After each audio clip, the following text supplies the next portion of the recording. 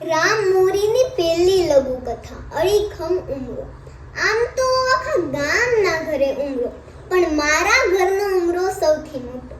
આમ જો તો ઉમરો એટલે સીધો સાદો ઉમરો જ હોય, પણ અમારા ઘરનો ઉમરો થોડોક વિચિત્ર. ઉમરાનું હોવું એ સનાતન સત્ય, પણ એની હંગાથે હોવું એ પાછું શુકન અપશુકનની વાત. એ કેવું? એ સોડી દિયાત મેં ક્યાં ઉમરામાંથી બેઠીશો? અંકાશમાંથી શંકર પાર્વતી નીકળી જોશે ને તો શરાબ દેહે. સવારે પૂર્ણની પોથી આપનારો, સાંજે પાપનો પોઠ્યો. અમારો ઉમરો નપટો ઉમરો. મારો બેટા ઉમરાની અસઘરીના અવતાર જેવું, ન ઘરમાં ન ઘરની બહાર. હા, હું કે એની દયા ખાવા બેઠી છું? અટાણે તો મારે ને ભોગવવાનું છે કે આખા ગામના ઘરે ઉમરો, પણ મારા ઘરનો ઉમરો સૌથી. બારોજ સવારે ઉમરા ઉપર ત્રાંબાના લોટાનું પાણી ઢોળે, પછી કંકુથી ચાંદલો કરી ચોખાથી વધાવી ને પગે લાગે. હું મૂંગી જોયા કરું. જેને પૂજીએ ઈ જાડો આવે, ઈ કેવી વાત? મારા બે ચોટલાને પીઠ પાછળ ધકેલી દો. ચોટલાના વાળ જોડે ગૂંથેલી લાલ બોપટી પણ જાણે ઉંબરો ઠેકવા રતુમડું મલકાય. ડોકમાં નાખેલી ઓઢણીમાં મેના મોર પોપટના ગીતો સંભળાય. એક વાત કહું, તમને નહીં સમજાય, પણ એમાં શું હોય કે આ 14 વર્ષનું જોબત અમારી પહેલા અમારી ઓઢણીને બોપટીને વેલા ફૂટી.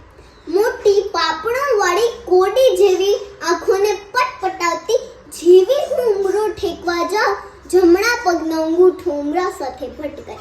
નખ નીકળી જાય, અંગૂઠેથી દળદળ વહેતું હોય અને આંખે નીતરતું પાણી.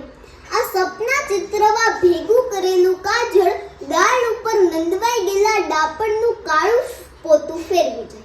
હું સસ્કારા બોલાવતી ડાબા હાથે જમણા પગના અંગૂઠાને દાબતી ઉંબર પર બેસી પડું. આંખે અંદર આવી જાય અને ગળે શોષ પડે. દિયા થમલી ગોખમાં બેઠેલી ચીપડી જાણે મારી સામે ખિખિયાટા કરતી હોય એવી લાગે. મારી નાનકી બેન નિનોડે હજુ તો ભાખોળિયા ભરતી શીખી છે. ઘોડિયામાં સૂઈ રહે. એની મોટી મોટી આંખોમાં અત્યારથી જ આવનારા સમયની કાળાશ હોય એવી ઘાટી મેષ બાંધી દે. મને બહુ ગુસ્સો આવે મેષ જોઈને. દુપટ્ટાના છેડાને થૂક વાળો કરીને ઘસી ઘસીને મેષ કાઢી નાખું. વધારે જોશથી મેષ કાઢવા જાવ તો કુવડી ચામડીને બળતરા થાય ને રોઈ પડે. તારી ચીસ પાડે.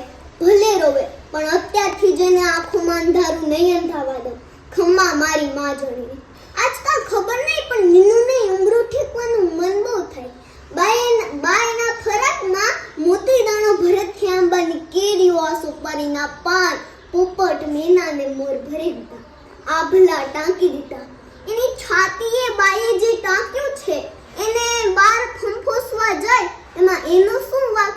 હાથમાં ઘૂઘરો ખખડાવતી, પગમાં પહેરેલી જાંજરીને મોટો ઘૂઘરો રણકરાવતી આભ નેડવા જાય. આડોળી ખમ ઉમરો.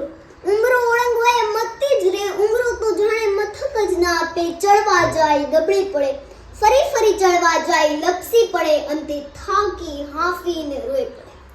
નીડું ગમે એટલું રડે, પણ ઉમરાનેથી કઈ ફેર પડે? પીડે તો ઉમરો છે ને.